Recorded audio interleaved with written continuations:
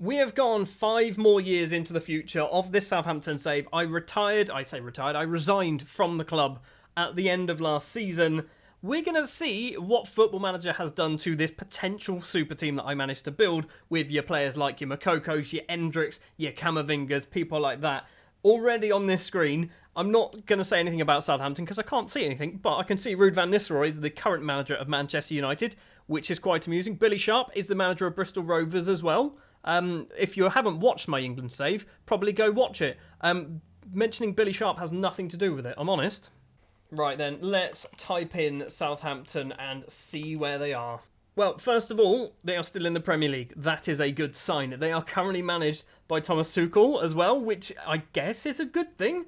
You can see Ward-Prowse is still at the club. Livramento is also still at the club. We are only 8 years in. Ward-Prowse must be deep into his 30s. He's 35. Okay, he's definitely deep into his 30s. 572 appearances for the club, which I think might be a record. I'm not quite sure. Also, Livramento is still there. Let's take a look at the squad then. And, well, can we see? I mean, let's sort by positions. Not England set up. Don't want to click that just yet. Anyway, Tommy Setford is still at the club. That's interesting to see. Is he any good? He's getting better slowly. Collins is still there. Salisu is still there as well. Adrabayo is still there. As we know, Ward-Prowse is still there. Loddy is there, but leaving, joining Celtic. There's quite a few of our players still at the club. Paul Wanner still at the club. Hector Banfield, who came through our youth intake in the first or second season. Onyeka's still there. I'm surprised by that. Dewsbury Hall. Nweke. We'll take a look at Nweke in just a minute as well. Timo Werner. He wasn't ours. Okay. I'm seeing a distinct lack of Brazilians here. I'm seeing a distinct lack of Brazilians. We've got Loddy and a man called Lee. We have no Endrick. We have no Mokoko as far as I can tell. We've only got Timo Werner. We have no Camavinga. They sold them all. They better have got some money. So this was our final season. We'll scroll down to here to see anything that happened at the end of the season. No, nothing actually happened at the end of the season.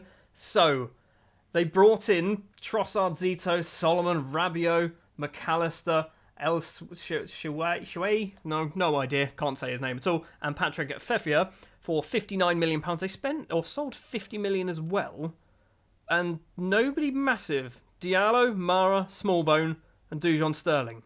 That's it, and then a whole bunch of loans going out as well.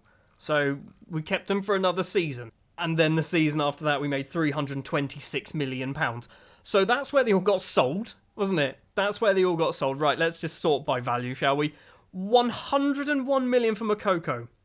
101 million. 96 million for Camavinga. 72 million for Tell as well. I mean, that's huge. Let's take a look at Mokoko then. He went to Real Madrid. He actually didn't. He went to Bayern and then eventually landed at Real Madrid. I mean, he's good. He's still only 25. We made a massive profit. Even though we bought him for 50 odd million, we still made a massive profit on him. And then Bayern made a profit as well. Kind of frustrating that they sold him, but you also sort of have to expect it because, you know, it's Saints, that's what we do. Camavinga jumping ship but staying in England, moving over to Arsenal for £96 million as well. Has he got better at football? Because he was rubbish at us. He scores goals for Arsenal. He couldn't score goals for us. He played for 3 seasons or 2.5 seasons. And, I mean, he played most games in the 2 seasons after I left, didn't he?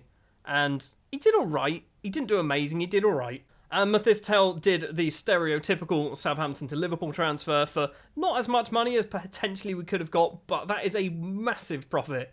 That is a £60 million profit on Mathis Tell. 25 years of age, still pretty good at football. He did score 10 goals in 61 starts in the league. That's not a lot, is it?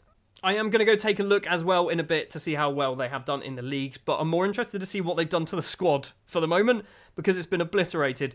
Endrick also moving to Liverpool the following season for £92 million, and most of the other players are kind of just players leaving on sort of relatively cheap deals. Endrick, though, 23 years old. He's good, isn't he? 39 goals for us and 116 appearances. Did he stick out a full season? I think he did stick out another season after Mokoko left. So I wonder who he played up front with. Then going forward another season, Lavia leaving to Arsenal, Asnu going to West Ham for nearly £20 million as well. I mean, that's disappointing to see players like Lavia leave, and the final season that has just gone past Victor Rock, who wasn't one of our players, Sam Amayor, I think he is one of ours. I think he's actually a Saints player in real life, isn't he? Or did we buy him? We brought him in the first season, and we sold him for nearly £9 million. That's pretty good.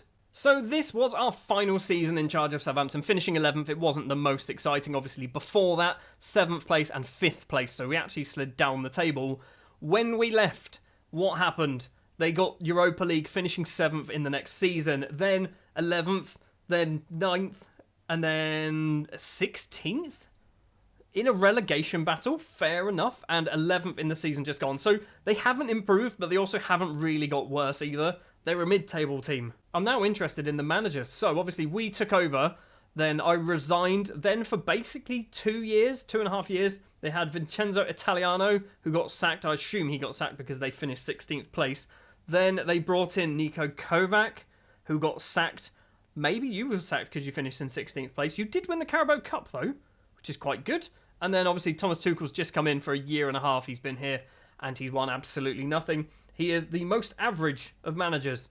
Percentage of wins is 38. Percentage of losses is about 38. So, you know, we are mid-table through and through.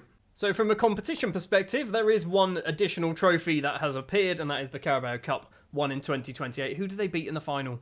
Can we see who they beat in the final? And who scored in the games? It's a 2-1 win against Newcastle. Can we even see? We probably can't because it was too long ago. If we go back this way, can we see if we look here? Was it this season?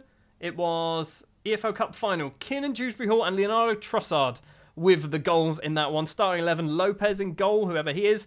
It's Livramento Adebayo, Salisu and Wana playing as a left back. I love the fact that they stuck with playing him as a left back. You've got Dewsbury Hall in there. You've got Endrick playing as well. Kenneth Emmanuel playing, who came for our youth intake, who's actually pretty good, isn't he? He's actually not terrible at football. Speaking of players who aren't terrible at football, I want to take a look at the players in this squad that I know came through our youth intake. So Hector Banfield is one of them.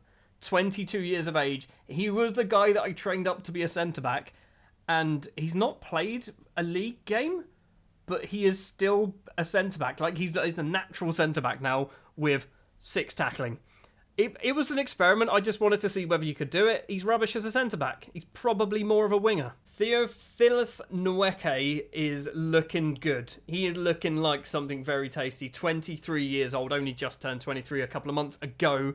And I think Nweke is potentially going to be a superstar for Saints. If they keep him for a few more seasons, he's going to be very, very good. Although the way this save seems to work, if I was to holiday for 5 more seasons, he'd get sold to probably Arsenal for about 20-30 million pounds, something like that. Kenneth Emmanuel as well, a player who we briefly had a look at, who does look quite good, doesn't he? He's got lots of 12s and 13s and 14s. If they bump up by a few numbers, just like 2 or 3, he's going to look ridiculously good. He is getting paid £145,000 a week. The final one is Benji De Cruz, and it's not that great, is he? He's 22. So he's what, 22 and a half, let's say. He's 22 and a half. He's currently out on loan at Sheffield United in the Championship, scoring goals, but he's spending a lot of time out on loan. That's the thing. He's getting game time, and he's getting game time at, League 2 level initially, then Scottish Premier League, and then Championship level football. I had high hopes for Benji. He did score some good goals for us. Well, one. Just out of interest, have we managed to influence the legends, icons, and things? So there's no new legends, icons.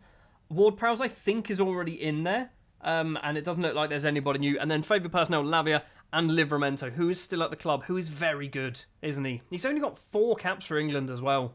I have just seen, we're not technically at the end of the season. There's a game today. There's one more match to play, so they are currently 11th place in the table with one final game to play. We're going to holiday it, go forward. They might finish 10th. Actually, we're not going to bother. They're probably going to finish in 11th place. It doesn't really matter, does it? So that's kind of what's happened to our Southampton team. This is what the Premier League looks like. Brentford's still one of the best teams in the country. We are going to holiday till the end of the season. Look at that title race. Arsenal are 6th and can win the league, and they've got 1 game left. So the 26th of May, which is today, the day that I holidayed to, is the final set of games of the season. And then Man City play Norwich for some reason. I don't know why. It seems weird. Liverpool have played all of their games. They've got 72 points. That's their season done. I'm going to holiday until the end of the 29th, I guess. So we'll go on holiday to the 30th, see what happens. And, I mean, this is just fascinating just to see, isn't it? So the league table is complete and Man City win the league on the final game. I don't know if it was the final game, actually. They may well have won it at this point because they beat Watford. Newcastle finishing second. Liverpool dropped down from top of the table to third, and it was all out of their control. Chelsea in fourth. Arsenal move up to fifth. Brentford dropped down to sixth. And Wolves weren't actually in that fight, were they? But weirdly, not far off. 77 points to win the league. That was it. I think we weren't far off that in the first season, were we? We got 66 points in the first season. 77 wins the league in the last season that we've just seen. Oh, also, Southampton finished in 11th place.